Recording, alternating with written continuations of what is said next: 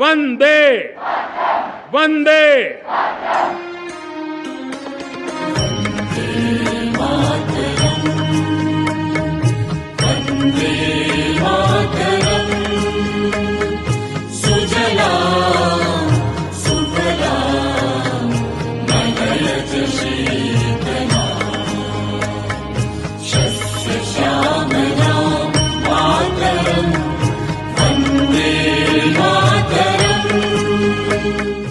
স্বাধীনতার ৭৯ বছর পর প্রথমবার লালকেল্লায় প্রতিধ্বনিত হলো আমাদের জাতীয় গীত বন্দে মাতরম।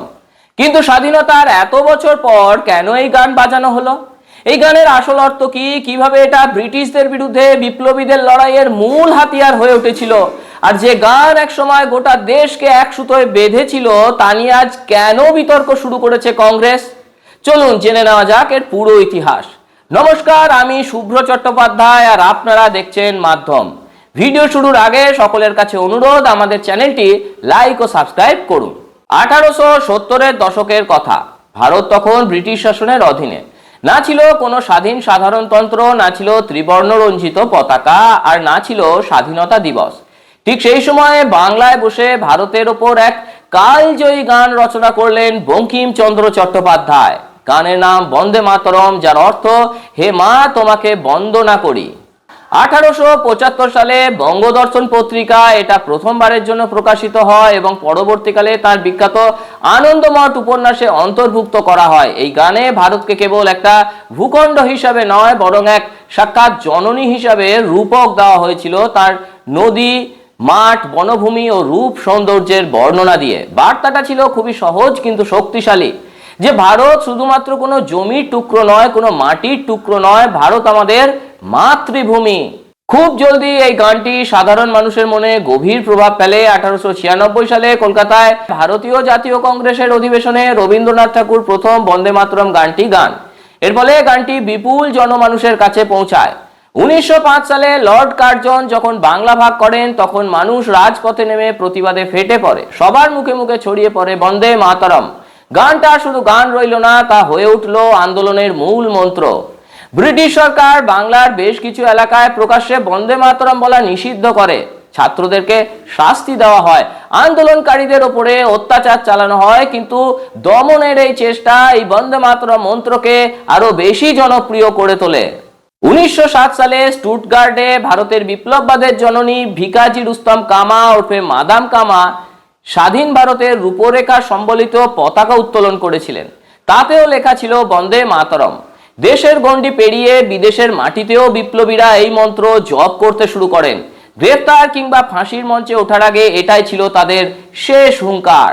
কিন্তু কিছু মুসলিম নেতা বন্দে মাতরমের স্তবকগুলো নিয়ে আপত্তি জানান। তাদের দাবি ছিল যে গানের শেষের দিকে স্তবকগুলোতে দেবী দুর্গার বন্দনা করা হয়েছে। এরপরেই কংগ্রেস নামে তোষণ করতে 1937 সালে কংগ্রেস ওয়ার্কিং কমিটি সিদ্ধান্ত নেয় জাতীয় সভা সমাবেশে কেবলমাত্র বন্দে মাতরম গানের প্রথম দুটি স্তবকই গাওয়া হবে। এই প্রথম দুই স্তবকে কোনো ধর্মীয় রূপক ছাড়া কেবল ভারতের প্রকৃতি, নদী ও মাঠের সৌন্দর্যের বন্দনা করা হয়েছিল, কিন্তু কোনোভাবেই পুরো বন্দে মাতরম গাওয়া যাবে না। 14 আগস্ট 1947 মধ্যরাতে, ঠিক আগে যখন সংবিধান সভা স্বাধীন ভারতের সূচনার জন্য বসেছিল, সেই ঐতিহাসিক অধিবেশনের সূচনা হয়েছিল বন্দে মাতরম গেয়ে। সংবিধান সভার সদস্য তথা ভারতের প্রথম মহিলা মুখ্যমন্ত্রী সুচেতা কৃপালিনী গানটি পরিবেশন করেন। অর্থাৎ স্বাধীন ভারতের জন্মলগ্নেও সাক্ষী ছিল এই গান। তবে আপনাদের জানিয়ে রাখি, এর ঠিক 3 বছর পর, মানে স্বাধীনতার 3 বছর পর 1950 সালে যখন জাতীয় প্রতীক ও জাতীয় সঙ্গীত চয়ন করার সময় এলো, তখন বেছে নেওয়া হলো রবীন্দ্রনাথ ঠাকুরের লেখা জনগণ মন। বন্দে মাতরমকে করা হলো জাতীয় গীতি বা ন্যাশনাল সং। স্বাধীনতার ৭৯ বছর পর আজ বন্দে মাতরমকে ঘিরে পুরনো তোষণ নীতি শুরু করেছে কংগ্রেস। সোনিয়া গান্ধীর ভাইরাল ভিডিও সেটাই সামনে এনেছে। কোনোভাবে তিনি পুরো বন্দে মাতরম গাইবেন না। মোদী সরকার বন্দে মাতরমকে আরো বড় মর্যাদা দিয়েছে। শুধু প্রথম দুই স্তবক নয়, পুরো 6টি স্তবক বিশিষ্ট গানটিকে জাতীয় সম্মানের প্রতীক করা হয়েছে এবং এই সঙ্গীতকে অপমান করাকে শাস্তিযোগ্য অপরাধ হিসেবে গণ্য করা হচ্ছে। বঙ্গদর্শনের পাতা থেকে শুরু করে স্বাধীনতা সংগ্রামের মূল মন্ত্র, আর আজ 2026 সালে লালকেল্লায় পুরো বন্দে মাতরম পরিবেশন।